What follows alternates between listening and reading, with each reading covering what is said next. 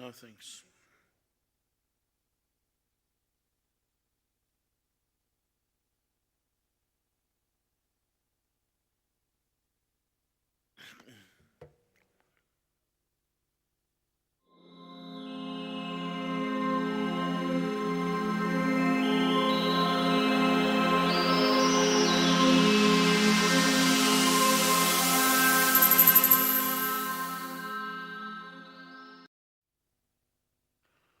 أعوذ بالله السميع العليم من الشيطان اللعين الرجيم.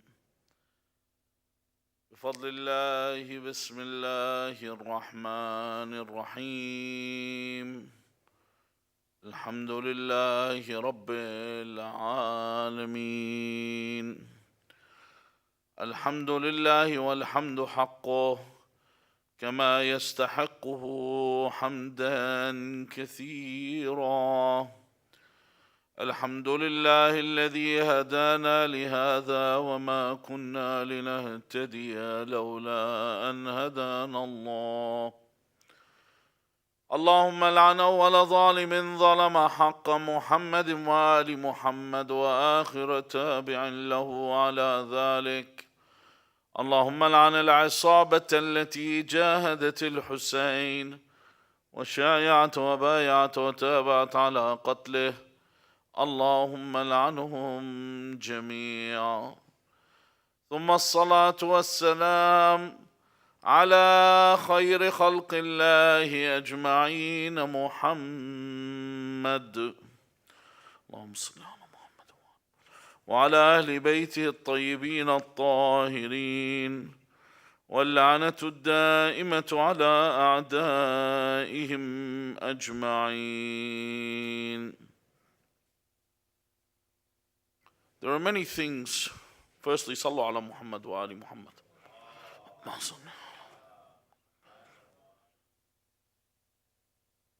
There are many things in our lives that we take as a given.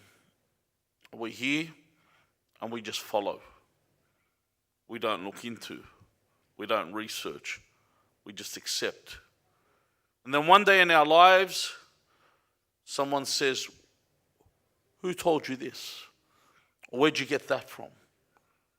And that brings a question to you that I didn't know that this was even a thing of contention. I thought it was unanimous as to the first time as a child when you go to school and discover someone doesn't believe in God. You say, "What? You don't believe in God?" Because the whole time for you, everyone believed in God. There wouldn't be a person that doesn't believe in God.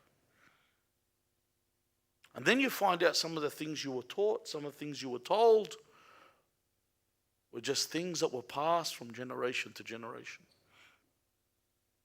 Like the first time you see someone praying, and after they finish, they turn to the right, then they turn to the left, and you ask them, "Where'd you get this from?" "Oh, my parents taught me this. Their parents taught them that." You say, "We don't do this." But it's seeped into our religion. And all these other teachings seeped in our religion. People as a child, how many children in their youth watched movies like The Message and watched Anthony Quinn perform as Hamza, and then have a realization that most of the movie they were watching was fabricated and false? And that was a rude awakening. And this made a lot of their beliefs need to be looked over. Some people, it led them to disbelief. They said, if everything they've taught me is false, mash, I don't care, I'm not going to believe anymore. But that's not the case. The case is so you can investigate. How do you think, how difficult is it for a non-believer to become a Muslim when all their lives they've been taught something different? Likewise with you. Your life, you need to investigate what you've been taught. And you need to research to see what is right. One of the biggest lies and cover-ups in Islam are all the stories relating to the wife of Rasulullah, Sayyida Khadija, عليه وعليها وعلى أهل بيته أفضل الصلاة والسلام. One woman that has been the victim of slander, the victim of calumnies, the victim of vicious lies. And one of the things you will see so often that she and others are accused of is shirk. They're accused of being polytheists. And there's a thing about Arabian historians that they had everyone's a mushrik. So you actually think about it, you go, okay, if everyone was a mushrik, everyone was a polytheist, who believed in the religion of Jesus? Who were believers? Who were muwahhideen? Or are we to say that all the Christians at the time, or the followers of Jesus, were all Trinitarian Christians? Can you say that about Christians today? If I asked you, what is a Christian? Could you go out there and say they're all the same?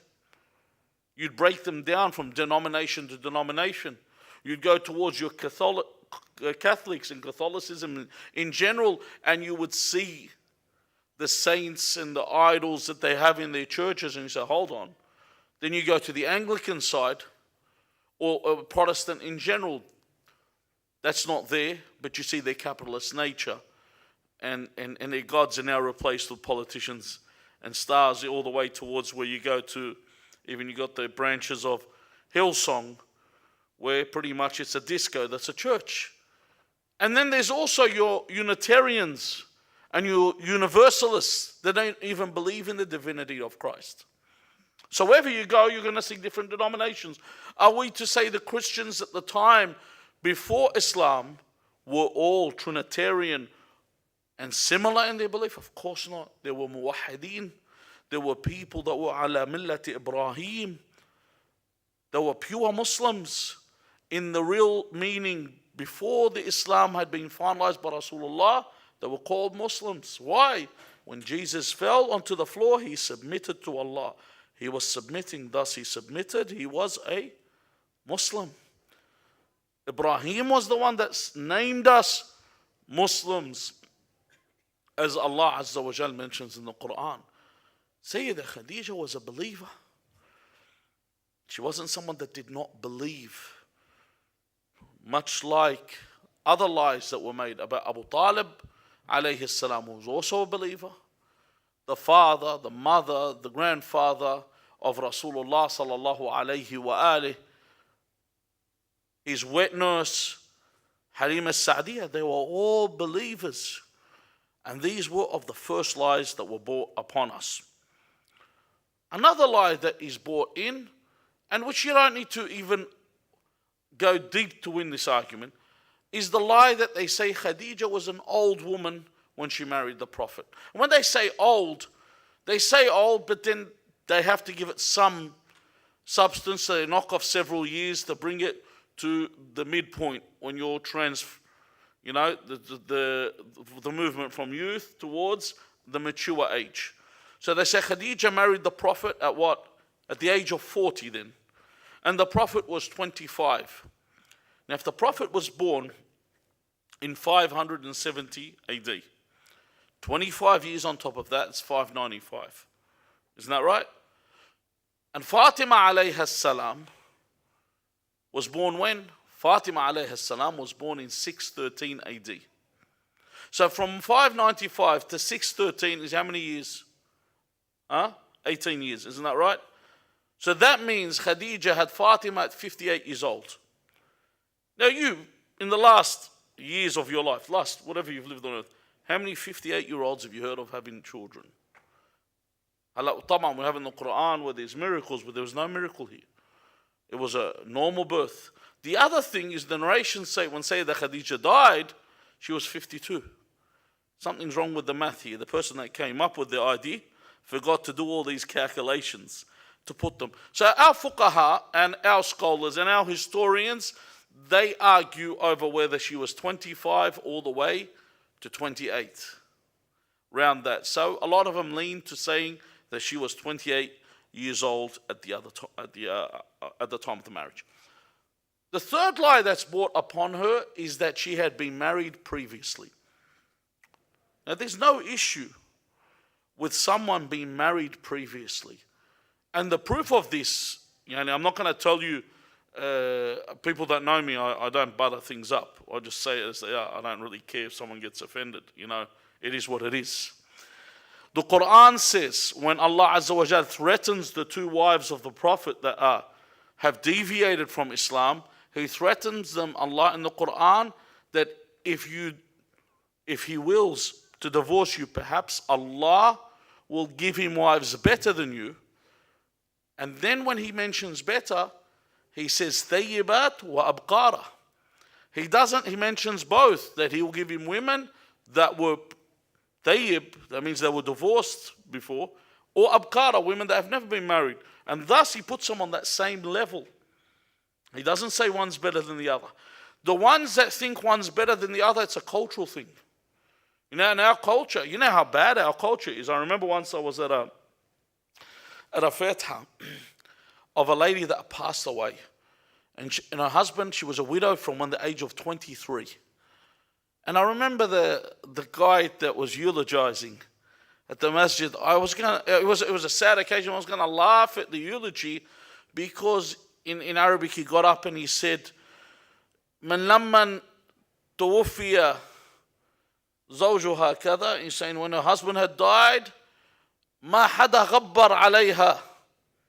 In other words, "Ma hada ghabbar." It means no one was able to put any shame on her. What shame was he talking about? He said she never got married. And I said, what? How does this become shame? This is a cultural thing. Why? Because if you look at the women at the time of the Messenger of God, out of the Prophet's wives, the only wife that was unmarried before he married her was Sayyidah Khadija. All his wives were either divorcees or widows.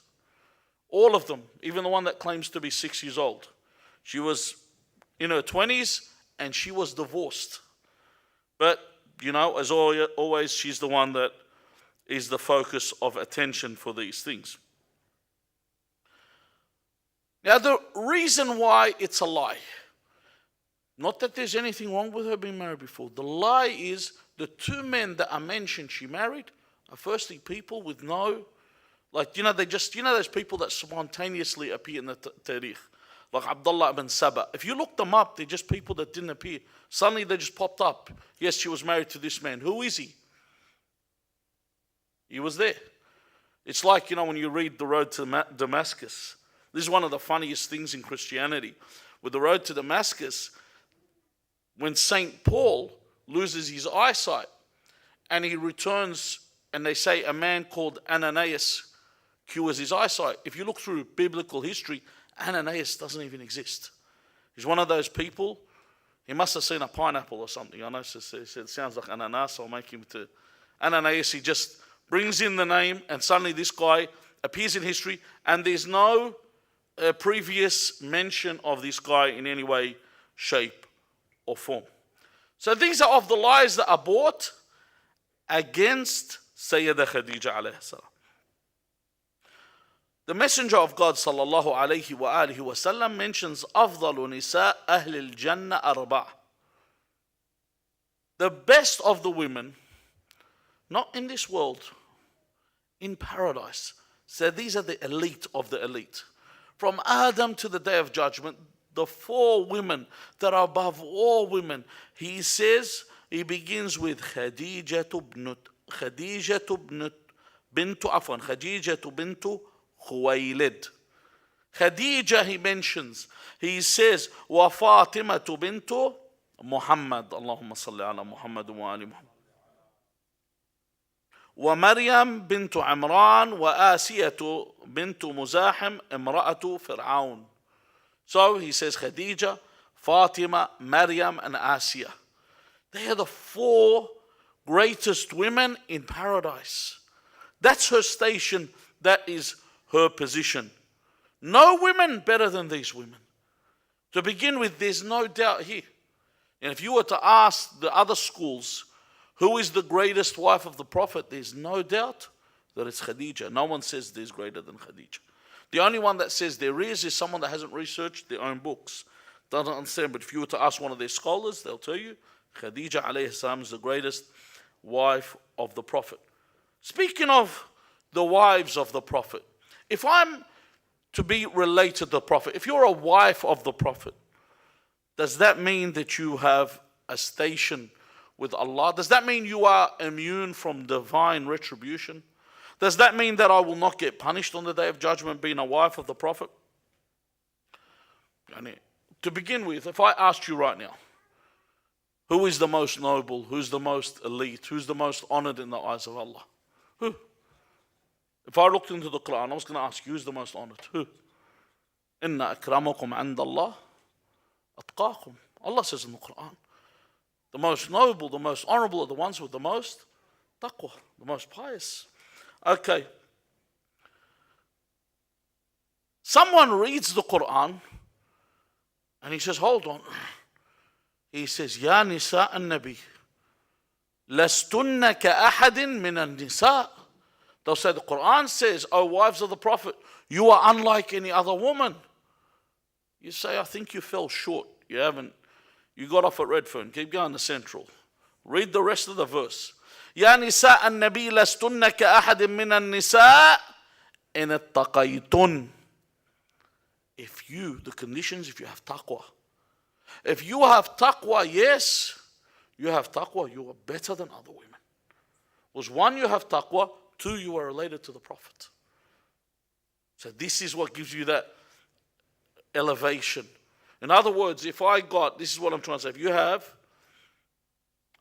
an ordinary woman and the wife of the Prophet, and the amel are equal, the wife of the Prophet is better. Why? Because she's related to the Prophet and she's given a good name to the Prophet. However, the opposite is the same. If you have a woman that's really bad and a wife of a Prophet that's really bad and they're equal, the wife of the Prophet is worse because she's given a bad name to the Prophet. Do you know what I mean? It works in the same, and this is normal. You know, people used to ask me, why does a Sayyid get preference? Why does a Sayyid get preference? So I said, we were in Lebanon at the time. I said, do you see this freeway? What's it called? He said, Autostrada Sayyid Hadi Nasrallah. I said, do you know who Sayyid Hadi Nasrallah? He goes, of course I know who he is. I said, how old was he? He said, 18. I said, is he better than the other shuhada that died?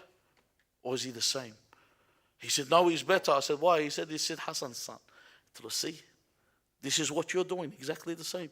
Because someone has a station in your eyes, even though he's a shaheed, but he's better because of his relation to who? Because he's given his father a good reputation. And also, al-mar'u yuhfadu fi wuladi. If someone's good, you're good. To who?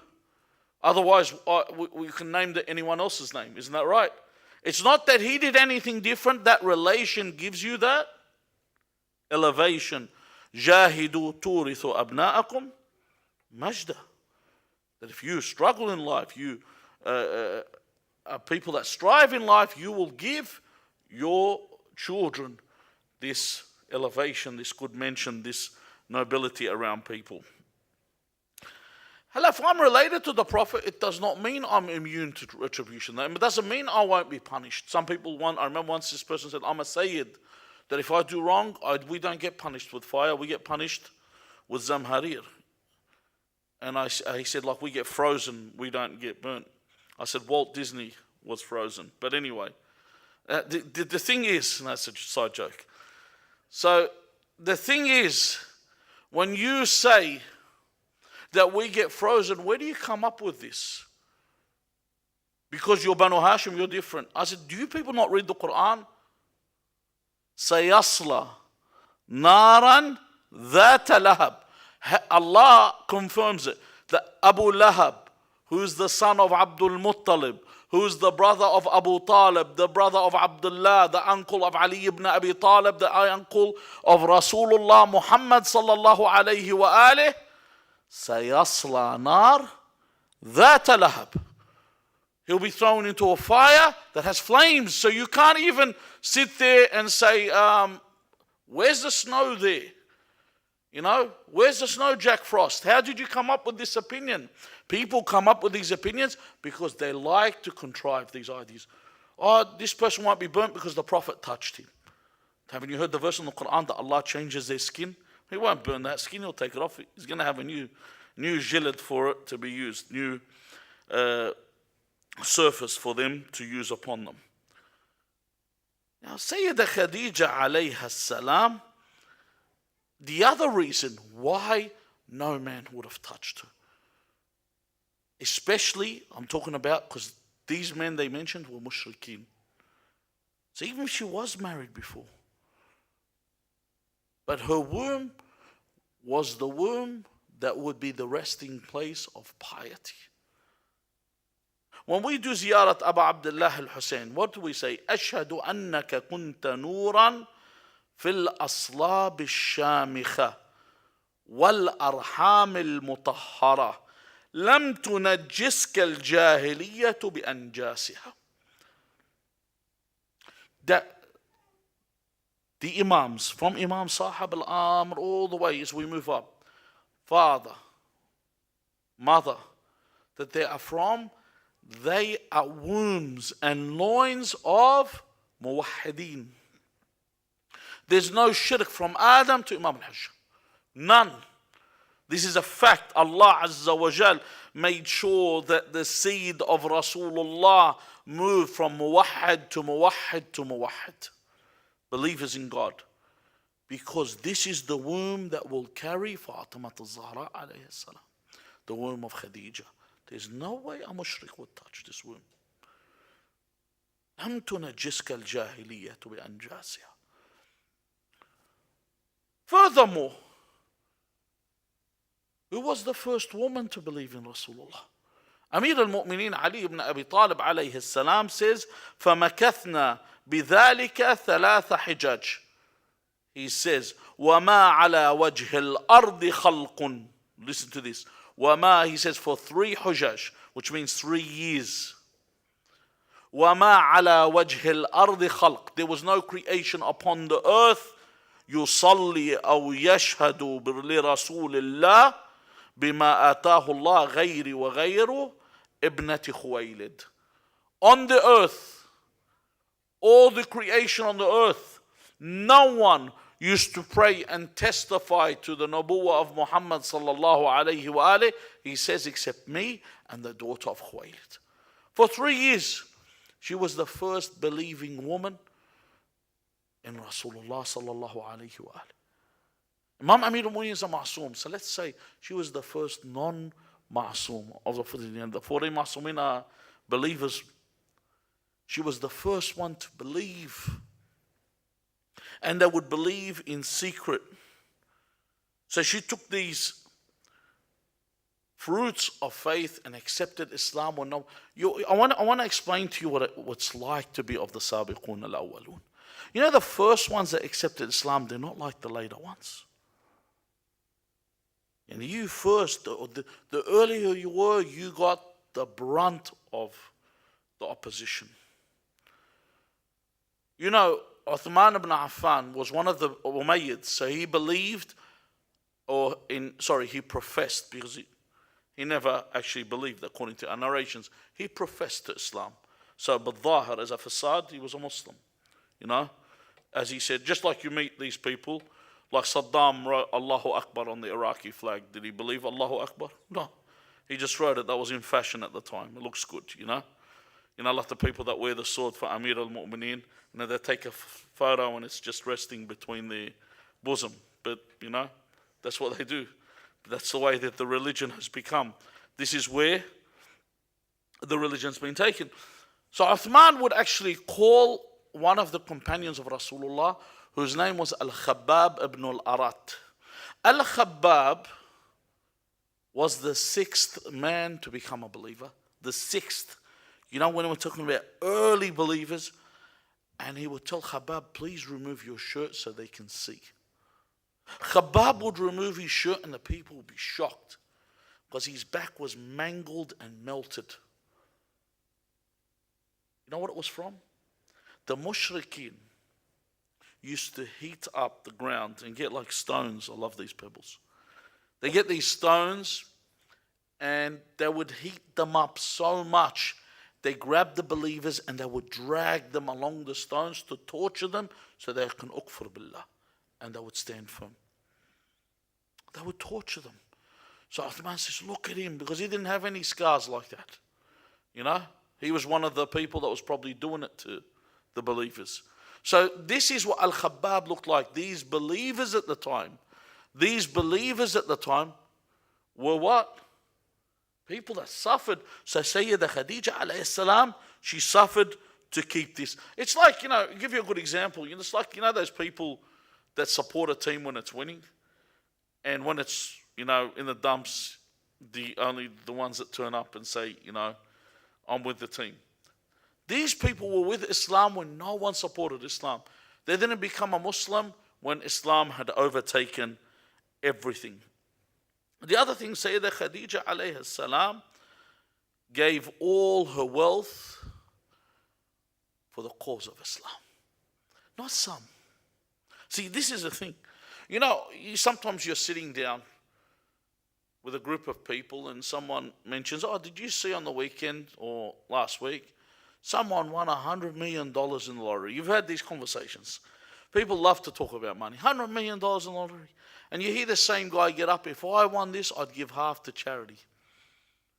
I love when I hear this. I'd give half to charity. I smirked when he said that. He said, what would you do? He looked at me, he said, what would you do with it? I got to take it and go on a holiday and enjoy it. I said, why? I said, because if I say that now and I give to charity, people will say that he said he wasn't going to give and he gave. I won't look like a liar. But I go, imagine you say you're going to give 50 million. When the time comes, you won't even give 50,000. You won't. I'll tell you, I'll prove it to you. How many people, this is between you and God, how many people when they go to work, they say, here's my paycheck, here's half to Allah and half for me. And their paycheck's what? $800, $700, whatever it is. They need 400, they're having difficulty. You think they're going to give 50 million? I'll explain what 50 million is. 50 million is 5 with 7 zeros after it. 7 zeros. Think about that. Sayyida Khadija alayhi salam was so wealthy. They say in the narrations that she had 10% of the wealth of Arabia. 10%. 1/10 of the wealth of the Arabian Peninsula there was hers, and she gave it all for Islam. She said, Ya Rasulullah, this is for you to deal with, and it's at your disposal. That's it. Not sitting there seeing how much you could take from him, how much you could give. Many followed Islam in order for them to take. She gifted all her wealth. I don't want any of the men thinking, goes home and says to his wife, see, you're supposed to give me all your wealth. No. This is Rasulullah Muhammad sallallahu alayhi wa salli ala Muhammad wa ali Muhammad. Now, what happened to these people that believed at first? This is before the Hijrah. Sayyida Khadija never saw the Hijrah. Neither did Abu Talib. See, what happened is there was a place called Dar al-Nadwa. And this is where all the heads of the tribes would meet. So they congregated and they came to an agreement. There was 45 heads. And you know how when they're passing a vote and they get the countries and everyone votes yes. But the majority of them voted for this to take place. They voted that there should be a when you have like they're doing with Russia right now. See how they're doing in Russia where they say you're not allowed to deal with them. They're not allowed to be part of the World Cup. When they want to cut someone off, they call these economic embargoes. When they sanction somebody, they did something like that. Firstly, they said anyone from Banu Hashim, the rules that they agreed on, he said that you cannot talk to them. And they signed on this. There were signatories to this, that you cannot deal with them, you can't talk to them. And then they said you cannot trade with them. This is like, could you imagine, this is the dictator's playbook. What do we do to these people so they can do? And you see it over the years, all that's ever taken place. And sometimes you see, I was reading once about Genghis Khan, that he laid siege to a city in China, and they had closed themselves off, and then he cut off anything coming in or out of the city. And eventually they surrendered. He said, no. He said, we're coming in to kill you. We're waiting for you just to open the doors. When you're starved, there's no more. We gave you the opportunity to come out, you didn't. So eventually, after this siege, they actually went in and they slaughtered them. If you read the reports from the writers, the journalists at the time, they say the footpaths, they said they were slippery from the grease of the melted human fat because they burnt them there. Everyone was killed. So you say this is a system that's always been there. A system where you want to put pressure on someone, you get to the point these people have a way. These dictators, because they have no rahmi, have no mercy. So they made sure it began like this. However, people were still trying to deal with them. Eventually, they moved them to a place. They moved them out. They call it Sha'ab Abi Talib. What's Sha'ab? If you look at the word Sha'ab, sometimes people will say it's like a valley. It's not. Have you ever seen a dry ravine or a gully? I'm not talking about a cricketing fielding position. The gully is a place where you saw like there's two hills. It looks like there's a land where there was possibly water before, and they would just left them there between two hills, and it was like a city, a tent city, where they would be put and they would lay siege on them. You're not allowed to marry from them. You're not allowed to talk to them. You're not allowed to trade with them. Until what? Until they hand over Rasulullah.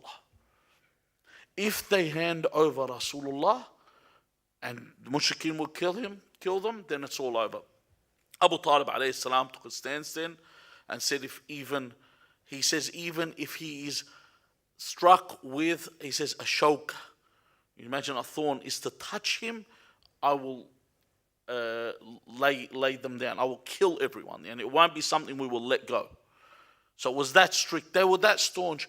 But that was the facade they were showing. Sometimes you show your enemy, we're standing up to this, we're doing well. And when the enemy looks away, halakuna ya zalami. Then in front of them, you actually feel what they're doing to you. But in front of them, you got to put on that face. But really, they're killing us. And this is how they felt. Do you imagine someone like Abu Talib that was part of Dar al-Nadwa? He was a part of these people. He was one of the akabir. He was one of the wujaha. He's one of the heads of these tribes. And you had someone like Sayyidah Khadija who had all this wealth. So she's someone that's never been put in a position of extreme poverty and exertion and sanctions. They could only handle. This went on for 3 years. And during that time, in the same year, they say that Abu Talib alayhi salam, some narrations say that he died in Rajab, and some say he died in this month, in Shahr Ramadan, a couple of nights ago. So both narrations are there. And in that same year, when they weren't far apart, was also the death of Sayyidah Khadija alayhi salam. It was too much. They had endured too much because they were at the forefront. Because you imagine these people weren't, when you're being sanctioned and they come to give you food, there's those that run and eat. They were the ones that would go and give and feed people. وَيَأْثِرُونَ عَلَىٰ أَنفُسِهِمْ وَلَوْ كَانَ بِهِمْ خَصَاصَةٌ. They're the ones that would give even that though they were in privation, they were in need. There's people, I don't know if you've seen sometimes when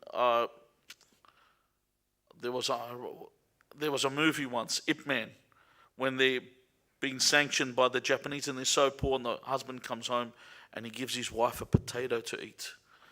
And then she goes, aren't you going to eat with me? He says, I'm full, I've been eating all day. And his stomach's probably going to war with him because he is so hungry, but he gives her because as long as she eats first. And this is what Sayyidah Khadija alayhi salam and Abu Talib were like. They were giving the people and they were the ones that suffered, so much so it affected them, and they both died around this same time. However, Rasulullah sallallahu alayhi wa alihi wasallam never loved anyone like her. No woman like her. He loved her so much he would never stop remembering her after her death.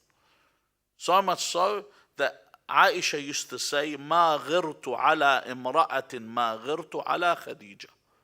She said, I never was so jealous about a woman like I was jealous about Khadija. So Rasulullah was always talking about her. Every time someone that was related to Khadija would come past, he would be so happy that this person came over because they reminded him of Khadija. And he would generously give them. You know, when you, for example, like somebody and they pass away, you always like their family, you like their children. Why? Because they remember you, they remind you of their scent. They remind you of them being around. And this is the way it is. So Rasulullah was always like that about Khadija. You know, although the funny thing about this narration, although Aisha used to claim that Khadija was 5 times her age, why would she be so jealous of her? She's 5 times her age. You know, I don't get it. So the claims, they don't make quite as much sense. In fact, when she speaks about her, and this is all of these narrations are not from our books, they're from her narrations and her books, their books from Sahih, Bukhari and that. In another narration, she says, "Ma tadhkuru min ajuzin min ajaizi Quraysh."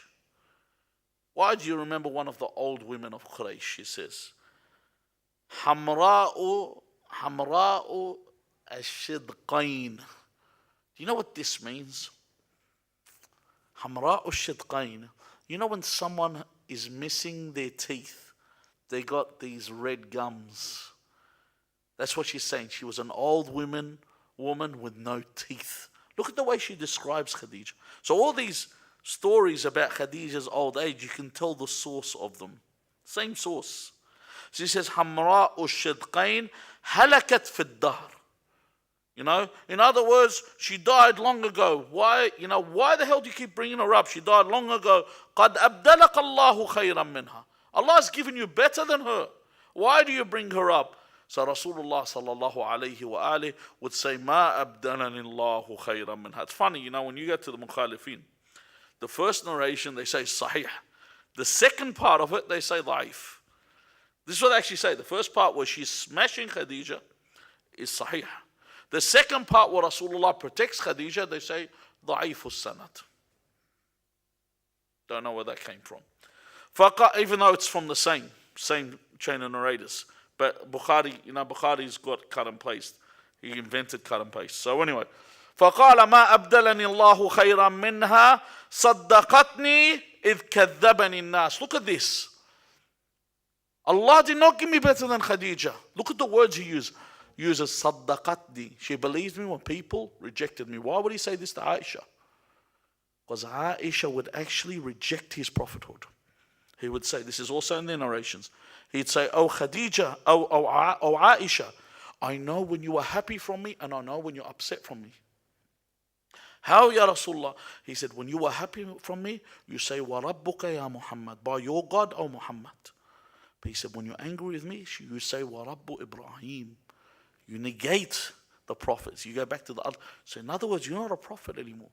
There's other hadith. And I remember this sheikh from the other school, he said, لو قال هذه قول أحد غيرها لكفر. If other than Khadija, other than Aisha had said this, there would be a kafir, but not Aisha. She said, "Do you think that you are the messenger of God?" She questioned his prophethood. Whereas here, Khadija صدقتني, okay, إذ كذبني الناس. And then he said, وَوَاسَتْنِي بِمَالِهَا إِذْ حَرَمَنِ النَّاسِ. She gave me her wealth. While others, you know, when the Prophet used to say to the people, لِحَاجَةٍ إِنَّ اللَّهَ فَرَضَ عَلَيْكُمْ فَرْضًا فَهَلْ أَنْتُمْ مُؤَدُّ. He says, Allah has commanded something upon you. Will you fulfill it? Do you know what the people thought he was going to tell them? They thought that when he was going to tell them, give me money, they got up and left the masjid. Read this hadith, they got up and left. They left. So the second day he said the same thing. They got up and left. The third day, as they were getting up, he said, stop, it's not money. So they sat back down. Sayyidah Khadija alayha salam came and gave him from the very beginning, before he even asked. And then he says, وَرَزَقَنِ اللَّهُ وَالْوَلَدْ مِنْهَا وَلَمْ يَرْزُقْنِي مِنْ غَيْرِهَا. He says to Aisha, he says, from her. Now when I want to tell you something, see, some people are saying, is he questioning that if a woman is infertile? No. Because Salama had children. Salama had children before she married Rasulullah. Did you know that? Why from Rasulullah didn't? She was the second best wife after Khadija. Why is it she didn't have children for him? And even Maria al-Qubtiyya had Ibrahim, but Ibrahim died. Allah wanted the posterity of Rasulullah to come through Fatima salawatullahi wa salamu alayha, through Khadija alayha salam. She believed him, she supported him, she comforted him at a time when everyone opposed him. She benefited him. How? With her wealth and her support. This is the position of Sayyidah Khadija alayhi salam. And because she gets into the limelight, in order to remove her from the limelight, you can see who the antagonist was to do this. And this is pretty much how her life went. From the very beginning, she accepted Islam and she traded this dunya. Instead, she inherited the hereafter as the wife of Rasulullah sallallahu alayhi wa alihi in the dunya and the akhirah. We ask Allah Azza wa Jal to grant us the opportunity to visit her grave in Al-Jannat Al-Mu'alla in Makkah Al-Mukarramah, inshaAllah. We ask Allah for her intercession on the Day of Judgment. We ask Allah Azza wa Jal not to take us from this world until He is pleased with us. We ask Allah Azza wa Jal to save our necks from the fire of hell. أعوذ بجلال وجهك الكريم أن ينقضي عني شهر رمضان أو يطلع الفجر من ليلتي هذه ولك قبلي تبعة أو ذنب تعذبني عليه. اللهم صل على محمد وآل محمد. اللهم كن لوليك الحجة ابن الحسن صلواتك عليه وعلى آبائه في هذه الساعة وفي كل ساعة وليا وحافظا وقائدا وناصرا ودليلا وعينا حتى تسكنه أرضك طوعا وتمتعه فيها طويلا برحمتك يا أرحم الراحمين. والأرواح المؤمنين والمؤمنات وإلى أرواح موتاكم جميعا ولقضاء الحوائج وقبول الأعمال وشفاء المرضى وغفران الذنوب وتعجيل الفرج وحسن العاقبة. رحم الله من قرأ سورة المباركة الفاتحة مع الصلوات.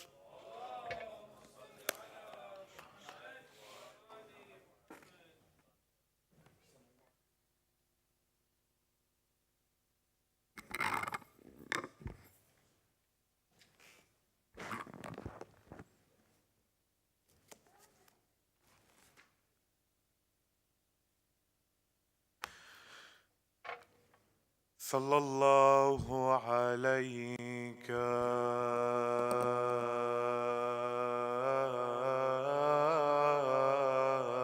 يا رسول الله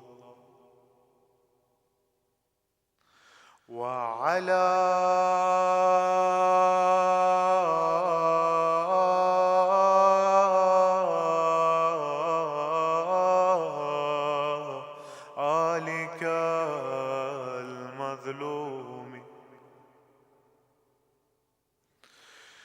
صلى الله عليك يا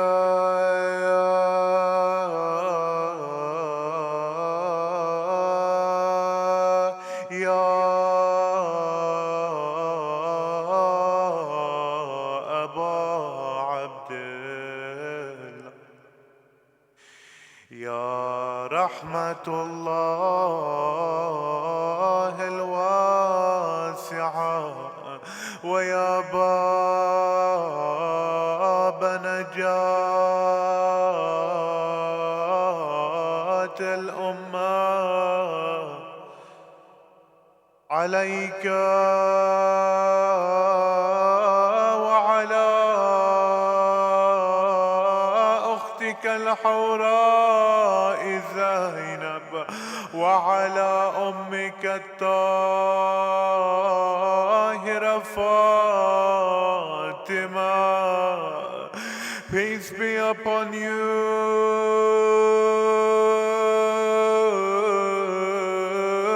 O the dear wife of the Prophet. Peace be upon you,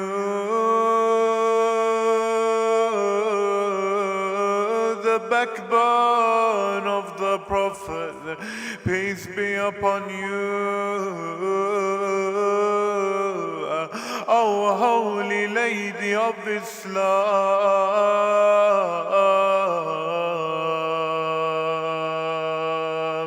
Brothers and sisters, we gather tonight for Sayyidah Khadija salamullahi alayha, who was one of the most supporters of the Prophet, who supported unconditionally the way of Islam, to the point that if Sayyidah Khadija salamullahi alayha did not do what she did, we would not be here today in this gathering. عظم الله لكم الأجر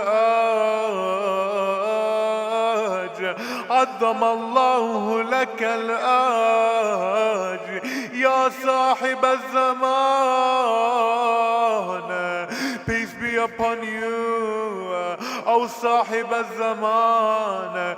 We send our condolences to you on this evening. We send our condolences, Ya Mawlaya. They were taken to the valley of Abu Talib for 3 years. They were sanctioned. The Prophet, Sayyidah Khadija salamullahi alayha, and they were starved for days, causing the death of Abu Talib. Khadija was amongst the most richest of the people. She was the founder of Islam. Brothers and sisters, it is so sad that a mother's wish is to watch her daughter get married. Sayyidah Khadija was denied this. Sayyidah Khadija would catch a bad flu and she would leave this world. How could the Prophet tell Fatima that her mother passed away? Oh my daughter, be strong, for your mother has left this world. Oh, it is the same way we compare that when Asma had to tell Zainab that her mother, Sayyidah Zahra salamullahi alayha, had passed away, they say that she could not even afford the kafan, that she gave so much that she did not have a shroud to cover her body. The Prophet did not know what to do. then Jibreel would say, he would come down and in return for Sayyida Khadija, giving in the way of Allah subhanahu wa ta'ala. Here are 5 kafans, O Rasulullah. Who are these kafans for, O Jibreel? The first kafan is for your dear Khadija. The second kafan is for you, O Rasulullah. The third kafan is for your Fatima. The fourth is for Ali. And the last is for your dear Hassan, O Jibreel.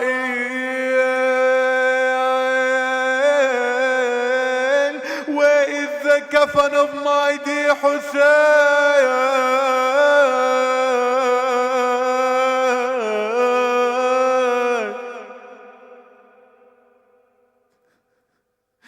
Ya Muhammad, your Hussein will be left on the sands of Karbala as the angels shake and cry, La yawmka yawmaka, Ya Aba Abdullah. He will be left for 3 days with no kafan. It is as if I am Jibreel saying to Rasulullah, O Rasulullah, I will not be the first to complain to you. They say that on the land of Karbala, after the massacre of Abu Abdullah al-Hussein, on the afternoon of the 11th of Muharram, when they passed by the captives of Karbala, Ahlul Bayt, Sayyidah Zainab would look from the canopy, seeing the body of her brother bloodied, the headless body of Abu Abdullah. Even the enemies would say at this point that they would weep to the sight of Sayyidah Zainab on the body of Abu Abdullah al-Hussein. She would fall on the ground saying, Sallallahu alayka Ya Rasulallah, Hada Husaynun murammilun bid-dima, muqadda'ul a'dham. It is as if after some time she would stand up and she would head towards the Euphrates, to a body that's lying there on the Euphrates. What would she say? Bufadel, where are your hands? Are they on the hot sands? My brother, where are your eyes? Please stand up and rise. We need you, need you, need you. We miss you, miss you, miss you. We miss you, miss you, miss you. Over there is your Hussein. Arrows fell on him like rain. He has no protector. Where is his flag bearer? Raise the flag, the flag, the flag. Oh, Abu Fadl, raise the flag. إنا لله وإنا إليه راجعون. We raise our hands in dua by Allah,